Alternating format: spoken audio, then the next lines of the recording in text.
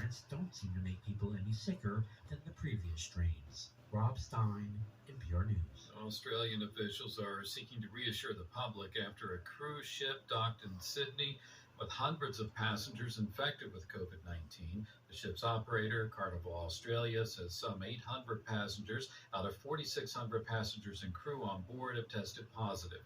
The company says COVID-positive passengers are isolating on board and being cared for by medical staff. I'm Giles Snyder. This is NPR News.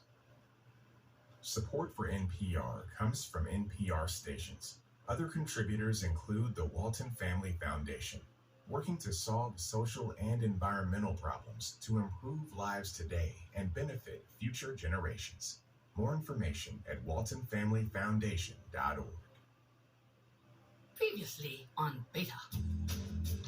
This child is trying to sell me the Brooklyn Bridge. We're about to head into what we think is one of the creepiest places we've ever seen. You know, not even misperceptions, they're just wrong. Hi, I'm Doug Gordon. Welcome to Beta from Wisconsin Public Radio. Today, the Mountain Goats singer-songwriter John Darnielle. He also moonlights as a novelist. John joins us to talk about his haunting book, Devil House. It's a propulsive thriller about a true crime author who moves into a house where two murders happened. All that ties into the fact that folklore and urban legend play into a lot of the themes in this, the things people think they know about things. The Satanic Panic was a case where a lot of people thought they knew a lot about stuff they didn't actually know about. Also, Rise co-author Jeff Yang. He shares the growth, setbacks, and hopes from the past 30 years of Asian American pop culture. We are kind of defiantly Asian American in some cases, certainly resiliently Asian American, but most importantly, we no longer feel quite the same need to explain ourselves. But first, singer-songwriter Anais Mitchell. NPR says that she's one of the greatest songwriters of her generation. Her latest self-titled solo album offers proof that this is indeed the case. It's Anais' seventh solo album and her first since 2012. Why the delay? Because she was busy creating her hit musical, Hadestown.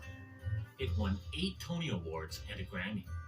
When the pandemic hit in 2020, Anais was 9 months pregnant. She and her family left New York to return to her home state of Vermont. Anais wrote the songs for the album in her grandparents' old house. Her Bonnie Light Horseman bandmate, Josh Kaufman, produced the album. Beta's resident music correspondent, Steve Gotcher, sat down to talk with Anais.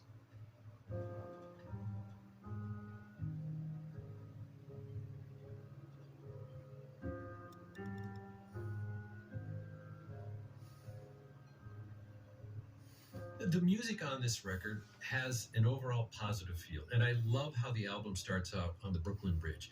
It's hopeful and it's forward-looking. Why did you want to open the record with this song? You know, there's something about the recording, I think. We recorded this whole record in the Hudson Valley. My bandmate Josh Kaufman is the producer of it, and we had our friends, JT Bates and Mike Lewis, who actually came from the Twin Cities. And we were there in the room together. You know, we also had Thomas Bartlett, who was playing piano. He had come up from the city. And it was so remarkable to actually be able to share airspace together and record this music live. And you can hear all of that at the beginning of the track. Like, I think someone makes like a heavy sigh, and then someone counts off the drums and then kind of doesn't play. And I just love that you could hear the humans in the room at the beginning of that track. And then, of course, the track itself, it felt like it was a portal. It was a sort of an entryway into the record. Over Brooklyn Bridge,